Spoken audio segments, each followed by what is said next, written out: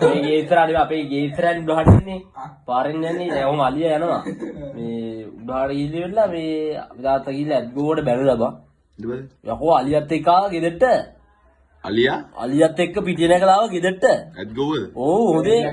මේ ඊට පස්සේ අපේ අම්මා කිව්වා මේ බීලා ඉන්න කීවන්නේ ඊට පස්සේ ඌ අර ගෙදර තිබ්බ ගල්ලා බුගහ දෙකට කඩාගෙන අරන් ගියා ගියාම අලියා හොඳට ගෙඩි තිබ්බා ඒකේ හොඳේ.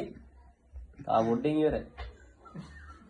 අපි ඉන්නේ කියලා කතා කරලා දෙකින් දාන්නේ අලිය පොලේ ගහලවත් දායි. මාළිකේ මේ අලිය කොටයි දෙද්දි මේ බඩින් නැගහද කොටෙත් තරගේ මුංගේ ගේ ඉස්සරහට ආවා කියලා.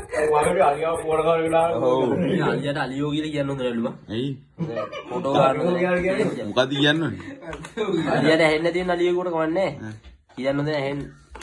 ඒක මොකද කියන්නේ බා? මොකද? අර අපිට බැන්නනේ හතරකම දෙයක් ගවුවා.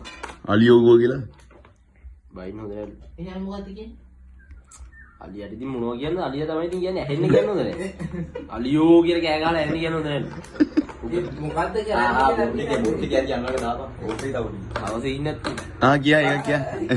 මේ අරක බලමු. දාමු ඉන්නේ ගහගන්න.